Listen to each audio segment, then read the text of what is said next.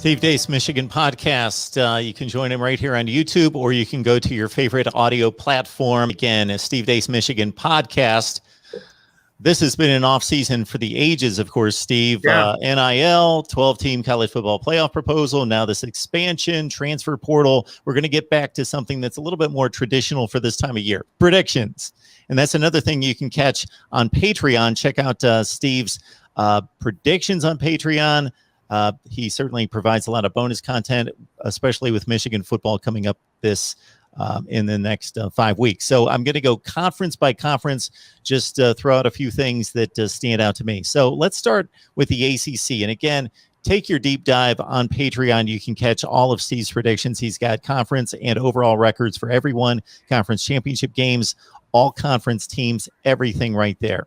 Okay. Did you give any consideration in the ACC to North Carolina possibly upsetting Clemson? I did. I just think, I think this will be the best offensive line North Carolina's had in many years. The problem is, I think Clemson's going to have the best defensive line perhaps in college football. They're just, in some respects, it's a little bit like Michigan and Ohio State if Michigan had a Sam Howell level quarterback.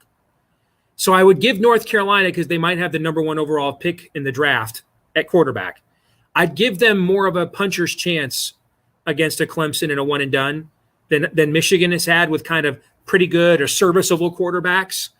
But, you know, it's a little bit like Michigan puts 8 or 10 guys in the NFL draft every year. Ohio State puts like 13 and 14, and their guys are picked higher in the draft. You see what I'm saying? I mean, North Carolina has come a long way under Mack Brown, but Clemson is still dealing with a next level of talent.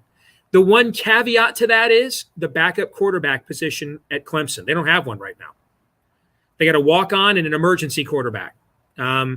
The guy that they were grooming for the backup tore his Achilles in the spring, and now it's looking like a hotshot recruit is going to sign with Major League Baseball. So if DJ Uiagalelei, did I get it right? Because I'm going to have to figure that one out. Nailed it. Okay. And he's a big kid who likes to move, okay? And the one thing about Clemson that's been weird is how great they've been in this era. Their offensive line has never really been that good. Like, they're going to put a lot of guys in the pros at that position. You know, if DJ Uiagalelei, he takes a bad hit, man, and it's an AC joint in his shoulder, and he's out for 2 to 4 weeks. You know, there's nothing. I mean, there's primordial ooze behind him. That's the one caveat. Or if he gets his bell rung against Carolina in the ACC championship game and he isn't cleared to come back in the game. And so that is why I wouldn't totally rule that out. But I think the overall talent level between the two schools has still not closed enough that the Sam Howell factor comes into play. You're not necessarily hyped on Florida State, but I see some life there. You see some potential for life. It's Mackenzie Milton. I believe in Mackenzie Milton. That's why. Yeah. Unfortunately for them, they have the toughest schedule in the conference by far. I agree. With both North Carolina and Miami in the other division, Florida and Notre Dame. And they open with Notre Dame in the non-conference. Yeah, you're showing maybe that they've turned the corner in a sense, and maybe they're coming back. I think that's a potential ambush game, by the way, week 1 with Notre Dame. Who's the quarterback there? Notre Dame is losing a lot from last year. I have them kind of more of an 8-4-ish, 9-3-ish kind of team. And I think there will be a wow factor with Mackenzie Milton, particularly early in the season.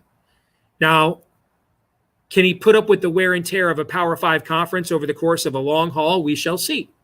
But that's not going to be that big of an issue week 1. And I think we're forgetting how dynamic of a quarterback that young man is, okay? And even if he's at 75, 80%, that's still going to be that's still going to be the best quarterback play Florida State has gotten since Jameis Winston. All right.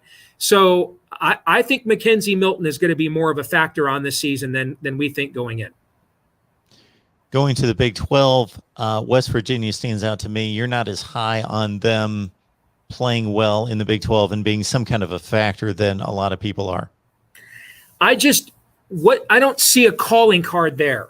I like Neil Brown. I think he's a good coach. I think Letty Brown's a good back. He's not Breece Hall. He's probably not even going to be what Bijan Robinson will be for Texas this year. I don't think he is what Eric Gray, the transfer from Tennessee, not that level of explosive, who is like a perfect fit for Lincoln Riley's offense. Hell, I don't think he's Deuce Vaughn at Kansas State, but he's good. Is growing up a Detroit Lions fan, we always used to have a saying, there's good and then there's Lions good. Okay, Barry Sanders and Herman Moore were good. Scott Mitchell was Lions good. He's the best the Lions could do. You know what I mean? I think Letty Brown is West Virginia good. Like I don't like if he went to Iowa State, would he start over Breece Hall? Nope. If he went to Oklahoma, it'd be like the third or fourth back. See where I'm getting at that? Okay. Yeah. If he goes to Texas, he's the second back. I think if he's at Kansas State, he's at least in a timeshare with Deuce Vaughn. So, and he's probably the best thing they have. I think the quarterback is okay. One of their, maybe the best defensive player they had returning this season just transferred to Georgia. So to me, I just think there's a lot of okay there. Steve Deace, Michigan Podcast. Please like the video, share the videos out on social media, because if you enjoy them, others will as well. All right, on to the Big Ten. It's pretty apparent to me that you believe that Ohio State overall is the best team. Question number one here is going to be Penn State, Indiana. Who do you believe has any kind of a puncher's chance there? I need to know what Michael Penix's status is in the first of the year. Now, he's coming off the ACL. There's a little voice in my head that actually kind of wonders if the backup kid, who was an Elite 11 quarterback, by the way, that transferred from Utah, given how good of a defense I think they may have this year, could Tuttle even be a better fit? I'm not saying he's a better quarterback than Michael Penix. He's not. But given how they have more ways they can win games now, they don't have to have Michael Penix put on the S. All right, hand him the ball and say, hey, go win for us. There were several games last year he had like barely a 50% completion percentage, talking about Penix. Remember, he was a lot of what he did against Ohio State was just basically just throw it up and Ty Fryfogle, sorry. Those guys just go and get it, okay? I almost wonder if a quarterback that doesn't make as many risky plays, given how good I think the rest of Indiana's team would be, might almost fit him better. But that's a hell of a gamble to take, arguably the most physically gifted quarterback in the Big Ten and tell him not to play, okay? But what is Michael Penix's status? They start the year against Iowa on the road. What's his status? I kind of want to know that. So I've got both teams like power rated exactly the same. And with Penn State hosting Indiana this year, I have them finishing ahead of Indiana by that tiebreaker. But you can see by the record projection where I have them projected to finish in the final college football playoff standings, I think those two teams are very, very, very similar. I actually think Penn State's going to bounce back pretty good. But this talk of them competing with Ohio State and stuff, Sean Clifford's still quarterback, right? I mean, I don't see that. I don't. I think they're closer to Indiana than Ohio State. If we have an outlier this year with Ohio State, it will be because of the quarterback position. CJ Stroud comes in. This was still a consensus top 100 recruit. Not quite the level of recruit, though, of the last couple of guys. He's not thrown a pass at all. At least with Dwayne Haskins, we saw him come off the bench and deliver on like a 3rd and 75 or something against Michigan once, right? That if we have an outlier, that'll be why. That maybe in the Big Ten championship game, or one game this year, he just can't deliver. But the problem for the rest of the league is it's not a great year for returning quarterbacks in the conference. And then just how much more talented Ohio State is everywhere else, particularly at the wide receiver position that you're quietly beginning to see is becoming one of the most important positions in college football. No question about that. By the way, the game's played. Of course, Sean Clifford splits against good teams, not good. No. And good teams on the road, even worse. Okay. Yeah. So there's what he does against bad teams and good teams. And then there's what he does against that's not good. And it's what he does against good teams on the road is even worse than that. So We'll see. And they're gonna this new offensive coordinator. You know the guy well. He comes from your program. He's gonna want to run a hurry up offense and a prolific offense. They just don't strike me as a team with a lot. There's no Journey Brown there anymore. I like Jahan Dotson a lot. Who's the second guy? Because I can just double team him every play. So who's the second guy? I don't know. We'll see. I like Indiana more. I think you can tell I like Indiana more. I just don't like the fact they have to go to Penn State. And a third offensive coordinator in 3 years typically does not spell a good situation for the kids to acclimate. And the head coach is an offensive guy. So how much is he meddling in there when all this is going on too, right? Yeah. So many have called the Big Ten Western Division to be the most boring division because of just the plotting perception of the teams. But I find it to be intriguing. I think it's the most interesting of the divisions. My numbers, this is weird. Yep. My numbers have actually undervalued Wisconsin compared to the market almost every year the last few years.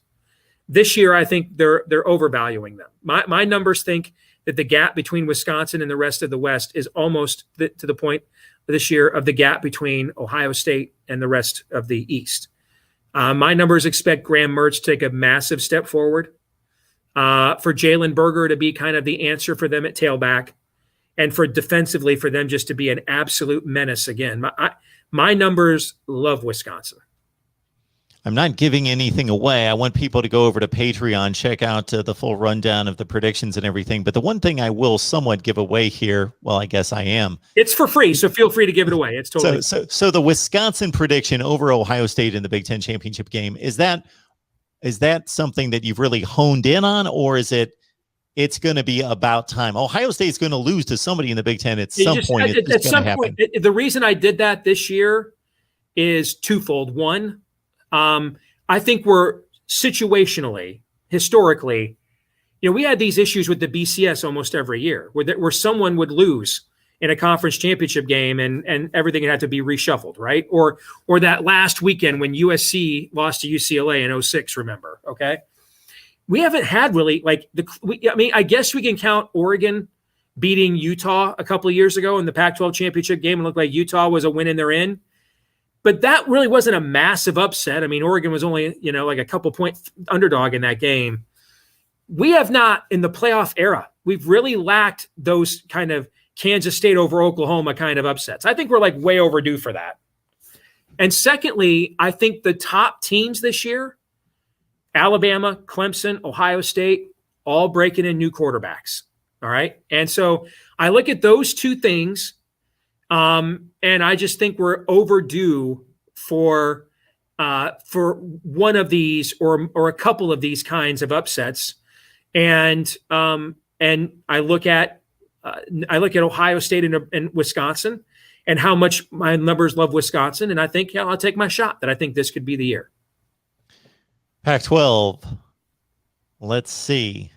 You love a team out of the South Division in Utah where most money's going toward USC. And before all the controversy, Arizona State was a dark horse that people liked. And my numbers loved Utah before that. Okay. But Utah is my number one dark horse. Hate to sound like Phil Steele. Okay. But my number one dark horse, not that I could hold his jock, but they're like my number one dark horse surprise team. I think Utah is going to be a borderline playoff team. I think they're going to win the Pac-12.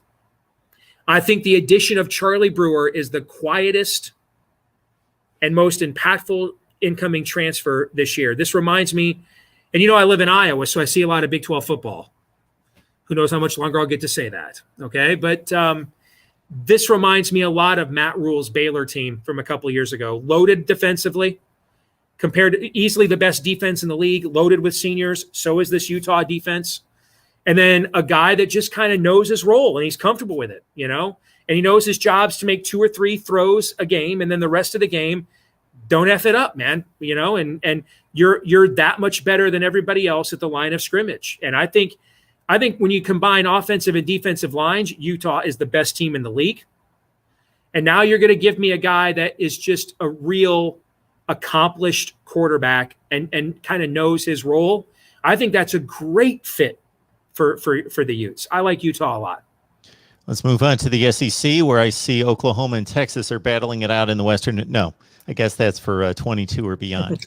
Okay, so, or battling it out for fourth place possibly. But it appears, similar to my question about North Carolina being close to Clemson, as though you see two best teams in this conference, but at the same time, you see a puncher's chance that's going to come through for Texas A&M.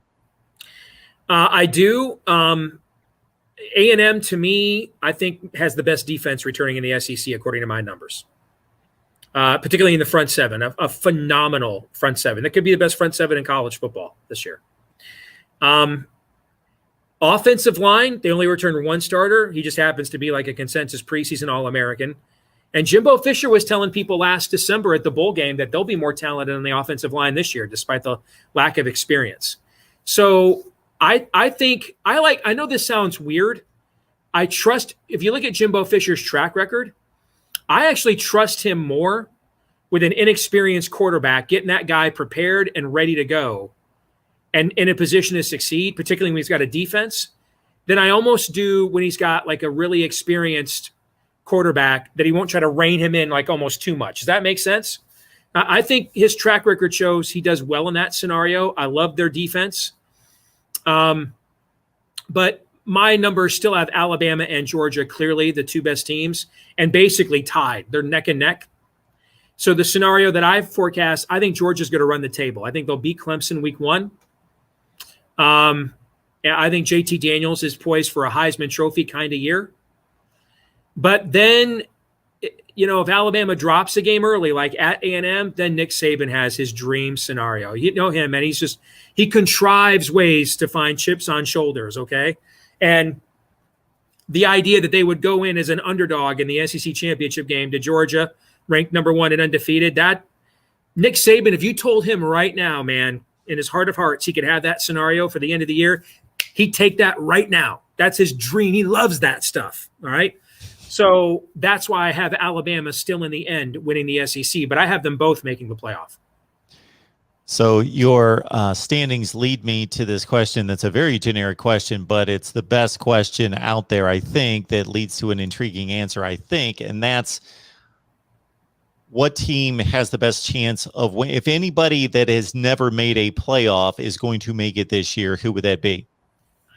My numbers would say Texas A&M or Wisconsin or Utah. One of those 3 teams. Yeah. Steve Deace, Michigan Podcast. Again, your major audio platforms. He's right there, Michigan Podcast, as well, right here on YouTube. Steve, it's always a great conversation. Appreciate it. You bet, brother.